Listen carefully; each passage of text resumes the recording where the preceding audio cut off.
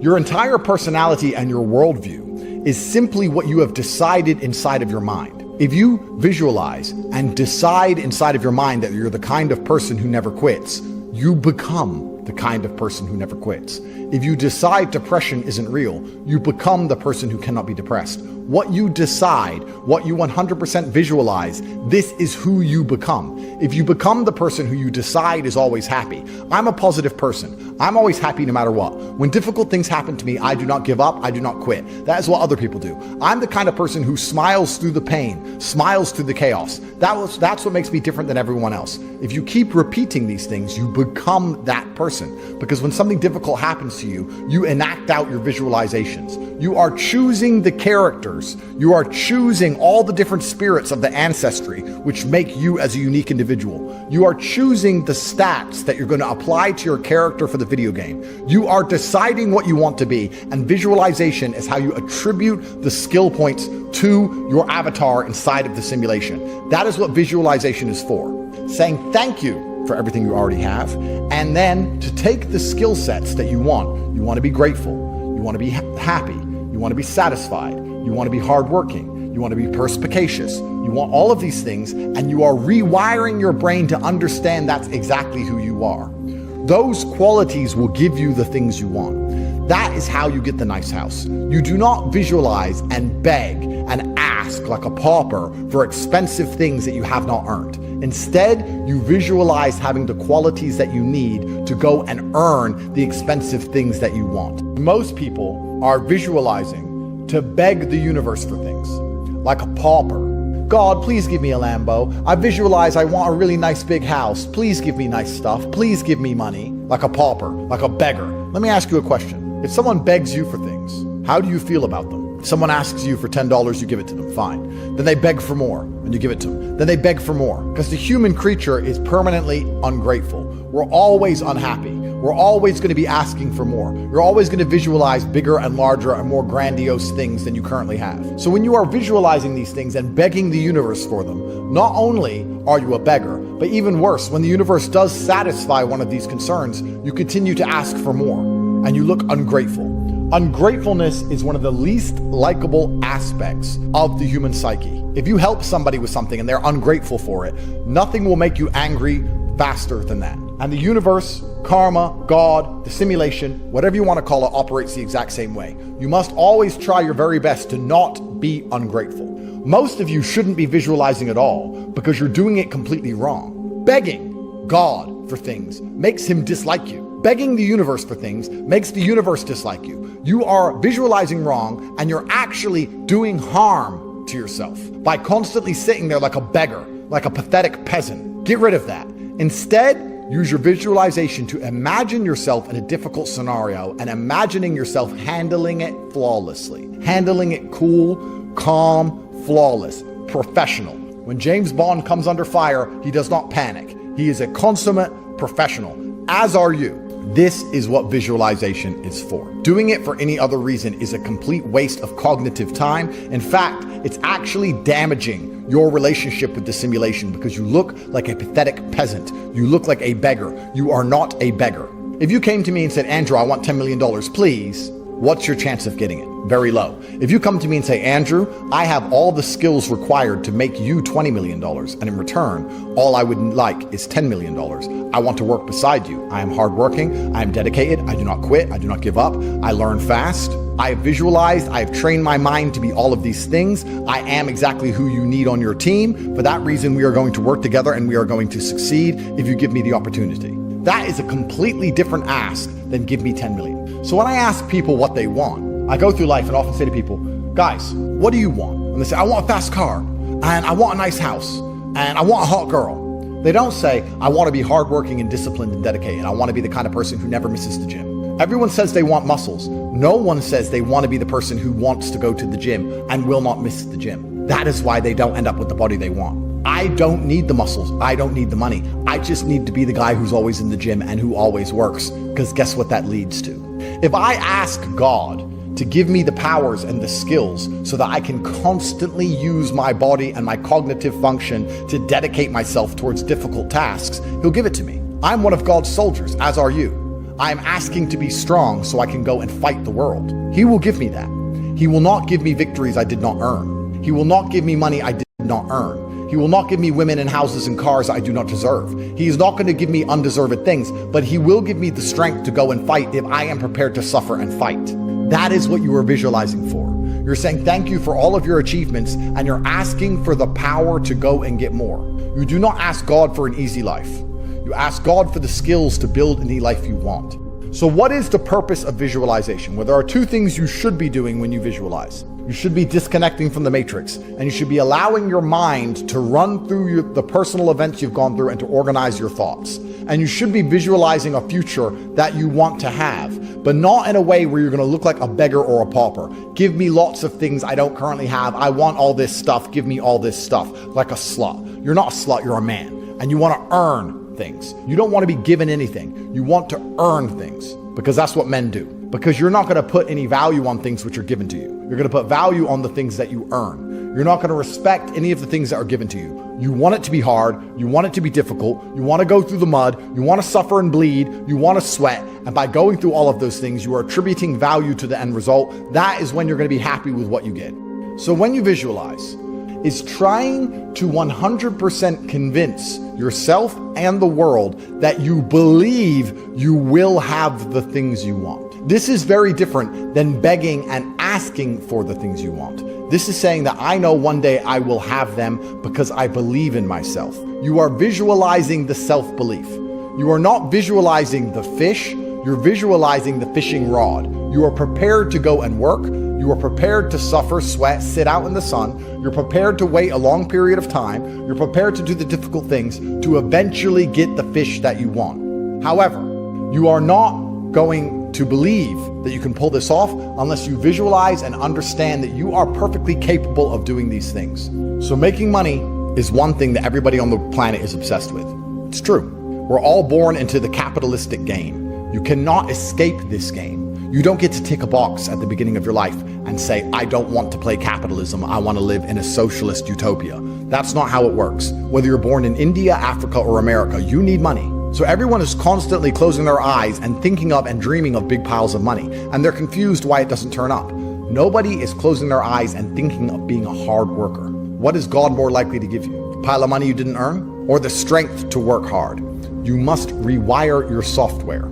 Your body is your hardware.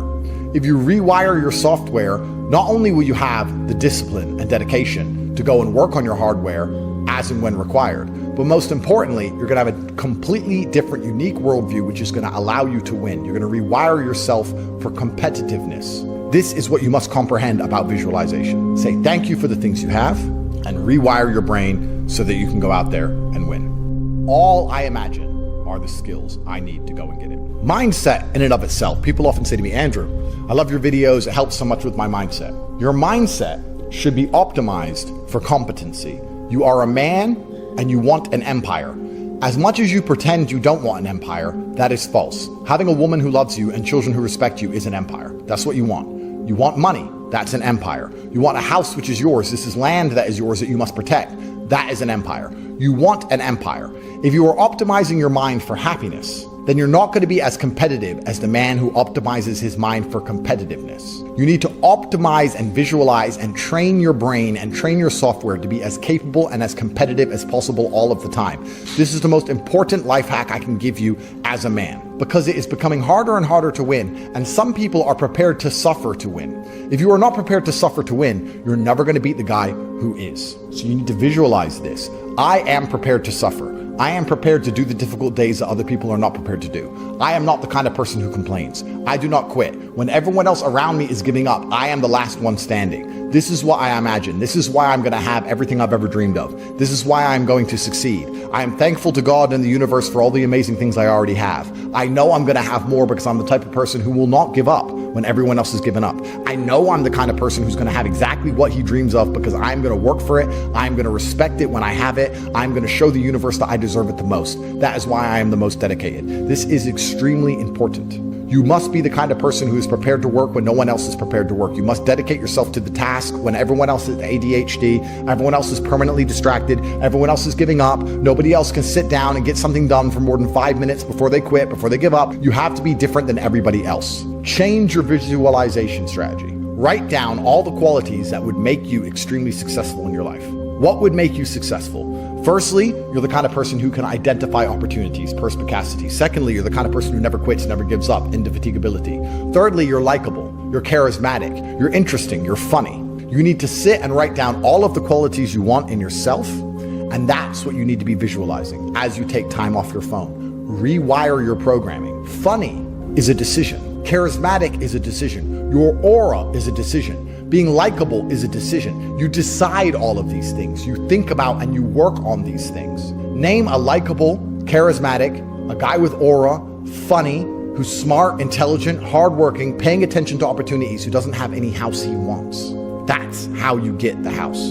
In my life, if I look at all the things I've achieved, the most amazing things, the reason I managed to pull them off is because I 100% believed I was going to. Every time I 100% believed I was going to pull off a miracle, somehow I did.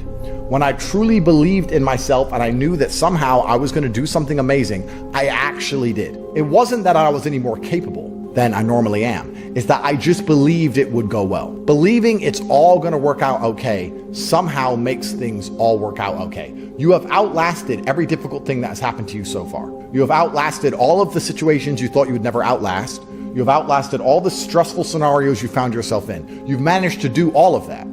So there's no reason to believe with 100% success rate that the future is going to be any different. So you're visualizing to say thank you for the things you already have, and you're cementing your work ethic inside of your mind. You're not saying, I want a nice house. You're visualizing saying, I'm the kind of person who is prepared to do anything it takes to get a nice house.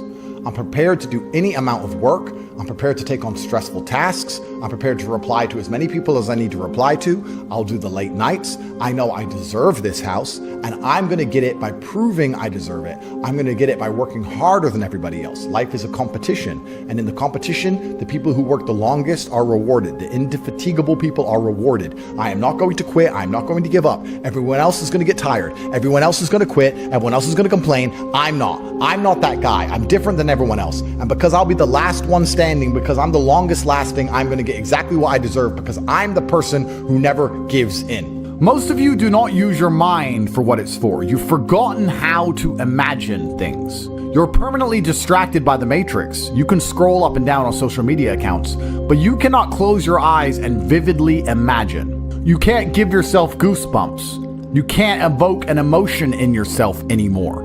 This is an age-old skill that humans had very recently up till social media. You should be able to close your mind and imagine the life you want to live so viscerally, so to the point where you can taste it, so that this reality, the one outside of your mind, feels like nothing but a prelude, a ramp, which allows you to get where you want to go. So you should enter the competition, and you should believe that you can win, because you can. And you should imagine how much better your life will be if you win, so that if you do not win, you feel the bitter sting of remorse.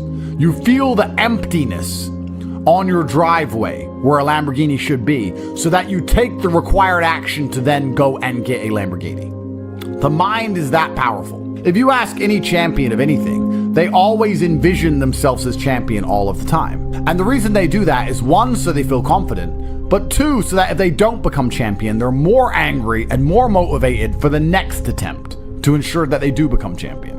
So that's the mentality and the mindset you have to have. Your mind is your number one ally in all things. A lot of you have been sabotaged internally by your own mind. Your own psyche is working against you. And I can tell by the questions you ask me. You come to me and say, Andrew, what do I do about the fact that I don't always feel like working? You're asking me how you deal with the treachery that you're experiencing from your own mental state.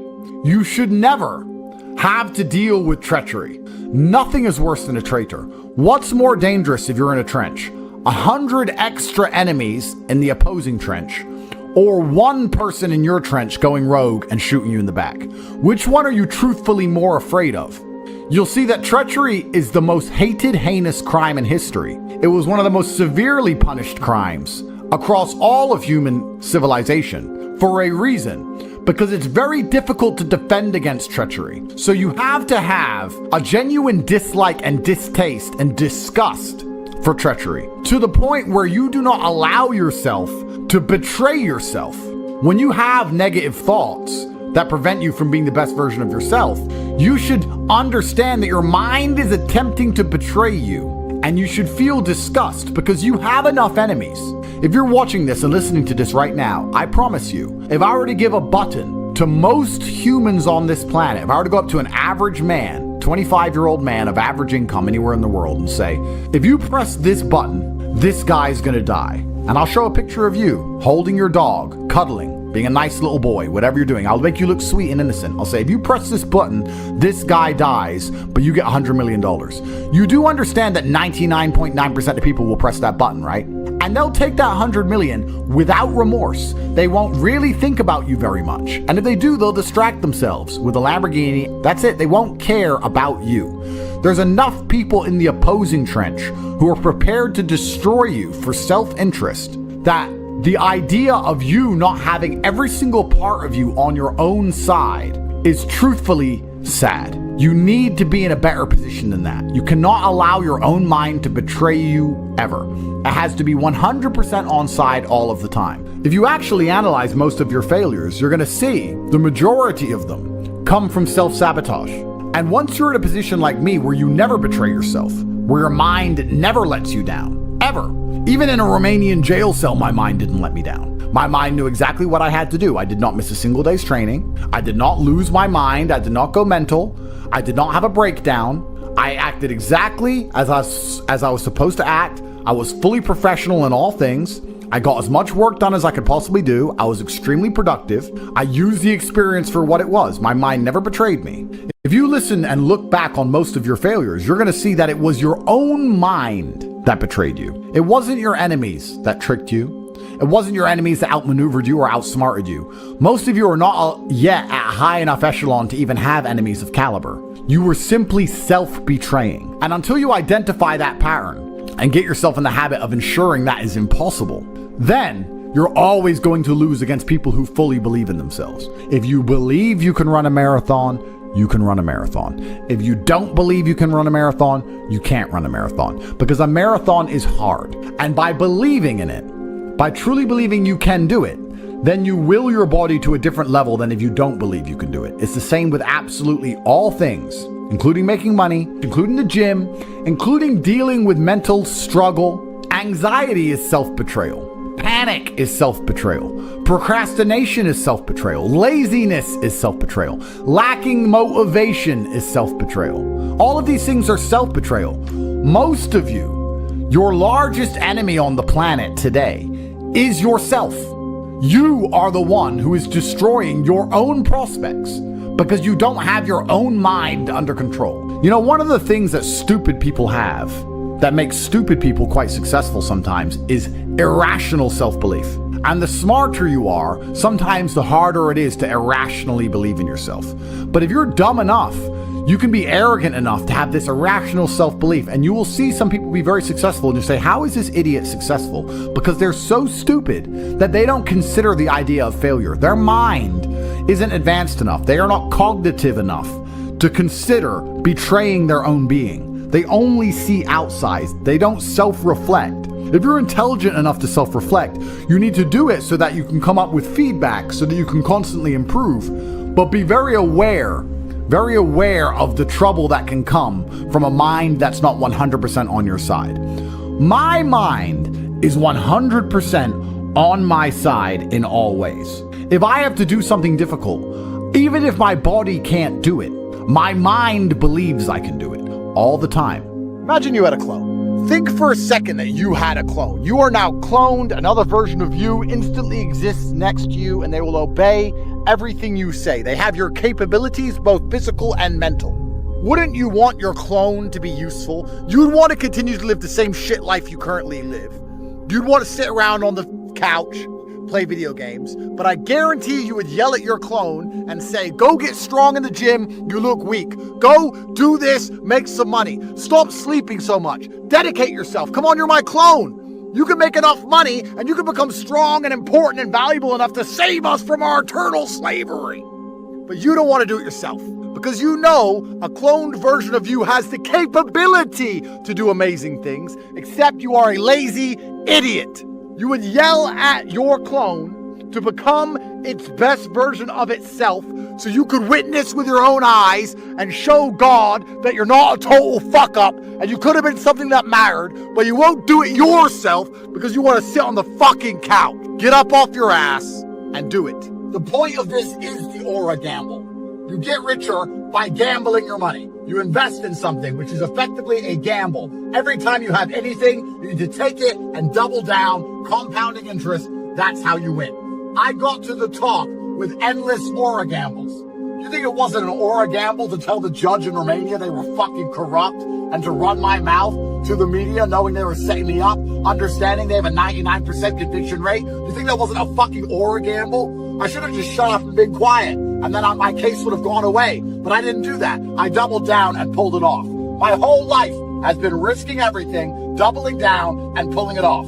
I will pull this off like I pulled off everything else. You see it as a gamble. I see it as necessary because I am perfectly happy to put my brand on the line, perfectly happy to gamble, perfectly happy to accept that there's a chance because anything could happen. Lightning could strike. There is a chance that I could lose. I'm happy to do that, but I'm not happy to sit there and let an opportunity pass me by because I was a fucking coward. I'm not a coward. I never have been. I will fight anybody on the planet. If I believe it is worth me doing, I will fight any man on the planet. I'm not concerned with aura gambles. My aura is expendable. It is to be spent. If everything was light all the time, then nothing would be light. It's a dark world, which is fine. If there's a dark world or it's an evil world, fine. It can be a completely dark world with one little ray of light. The light's still beautiful, right? So I don't think it's actually a pessimistic or a negative statement to say it's a dark world. It's just understanding the reality of the world we live in, and you need to search and find your individual light. You need to find your individual thing that inspires you as a whole. If you just live life as a very normal guy and there's nothing about you that's exceptional, you don't have a mission or you don't have a plan, or you're not there's nothing you stick up for, and you're just floating around the evil, and you're not even looking for the light, then yeah, I think it's a really evil world. Doesn't mean be a jackass, doesn't mean be an egomaniac. But in certain scenarios, there's absolutely no benefit to doubting yourself. When I was about to get in the cage, even if I knew the guy was a killer, there is no benefit to me thinking I'm gonna lose or I might lose. There's no benefit. If I lose, I lose, right? But you have to completely believe you're gonna win. That's the only way you're gonna do your best. That's the finish line. And that's right. So I would never believe I'm unlucky. I would never believe anything negative about myself because I refuse to self-sabotage. I have enough people out in the world who want to sabotage me. I'm not gonna do it to myself. My core principle is endless work. That is how you win in the end. You never give up and you endlessly persevere. It's hard to destroy the man who endlessly perseveres. Perseverance is the key, but it's not about the motivation itself. It's about the overall attitude towards the trench warfare, right? When you're in the trenches, there's people who give up, there's people who quit, there's people who sow FUD, there's people who feel sorry for themselves, there's people who want an easy way out, and there's other people who say, listen, this is a test. And the only way we're going to get this done is to be irrationally positive all of the time. So I'm here as the commander of the resistance, as the leader of the revolution, to sow endless positivity into the universe, to exude positive orgons. That's what I'm going to do every single day. So if you try your best, you never feel the bitter sting of regret. You never feel the dark rankness. You never taste failure. It's never in your mouth. It's never lucid. It's never tangible because you approached the scenario with absolute vigor.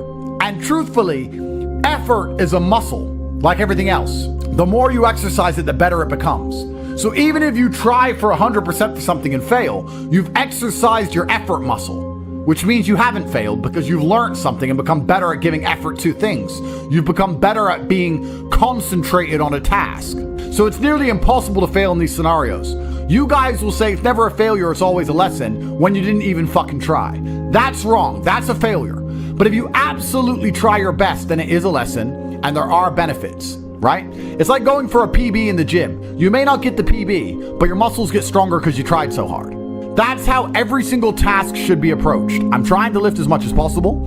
Perhaps I failed, but because I tried so hard and I strained so hard, my muscles ache and I got stronger anyway. Meaning I did not fail at the task of becoming stronger. There were tangible benefits to my effort in and of itself. It's about us being endlessly positive. It's about us making things happen. Making things happen is the masculine essence to how you should approach the world. A real man, he will go out there and do and happen to things. He won't have things happened to him. He doesn't take things. You need to go and you need to give to the universe. You need to give. And then there will be a reflection and equal and opposite force, Newton's third law, and you will be monumentally rewarded. You're only going to be rewarded if you differentiate yourself from the crowd via effort. A lot of people don't know how to try anymore, but we are not like that. That's why fans of mine are so monumentally successful. We know better. We know how to try. That's why we always endlessly win.